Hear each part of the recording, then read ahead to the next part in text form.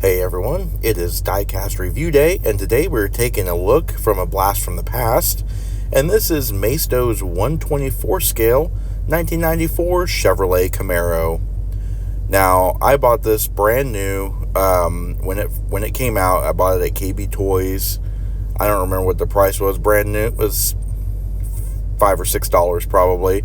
Anyway, in today's video, we're just going to take a detailed, in-depth look at the 1994 Camaro. This is back when Maisto was actually doing pretty decently on their detail. They had a lot of neat little molds and castings and some features that are not available on their 124 scale cars. So today we're going to take a look at that.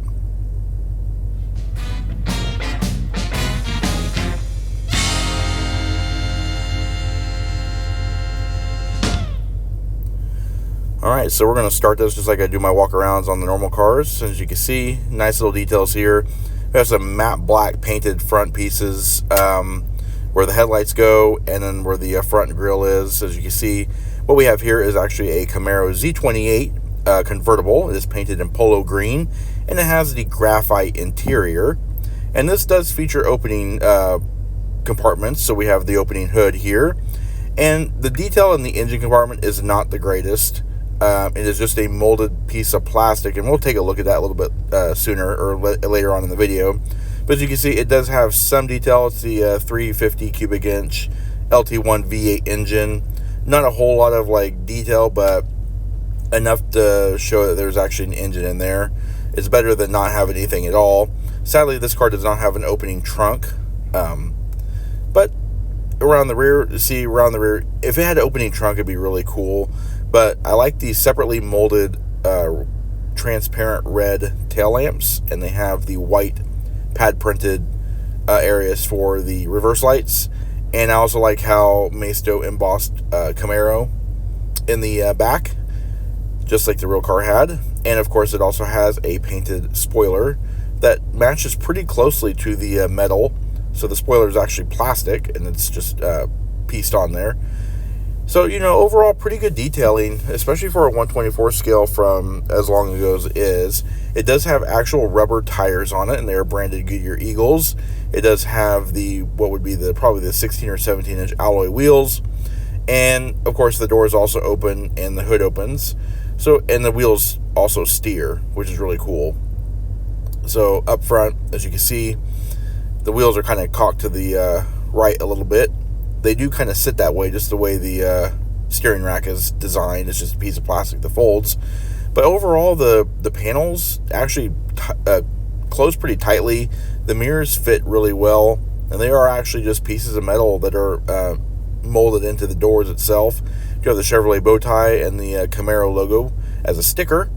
And as you can see, even the hood detail is pretty good. Like, it closes really well. So as we open the driver's side door, it's a dog leg hinge. It does have detailed door panels, and the interior is very nicely detailed, and I think it has to be because it's open.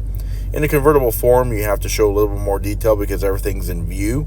But back then, Maisto was actually doing really well. What I really like too is that the seats fold forward to help entry into the rear bucket seats. And while the seats are just molded plastic, they actually have a really nice texture to them. Makes them feel kind of soft, even though they're not. Also, you'll note that the seats also have the seatbelt receivers.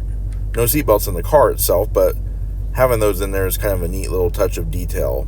We're going to take a look at the interior now. I've taken the car apart so we can kind of tuck into it just a little bit better. So the first and foremost thing that we're taking a look at is the dashboard. The dashboard is a single molded piece of graphite plastic, and it does have some pretty nice details there. The sticker there for the instrument cluster. And then, of course, you have molded sections there for the radio and climate controls, and you'll note CD storage at the bottom. The gauge detail is actually pretty good, and the sticker is actually held up well over all this time. So as I stated before, I'll take a look here, and that's the engine molded compartment there. It is fully molded into the interior pan itself, and the interior pan sits on the chassis there. So just a closer look at the seats. The seats are actually molded in place, but the seat backs do come off when you take the interior portion out. The rear seat and the tonneau cover are molded in one piece. All of this is one large piece of plastic.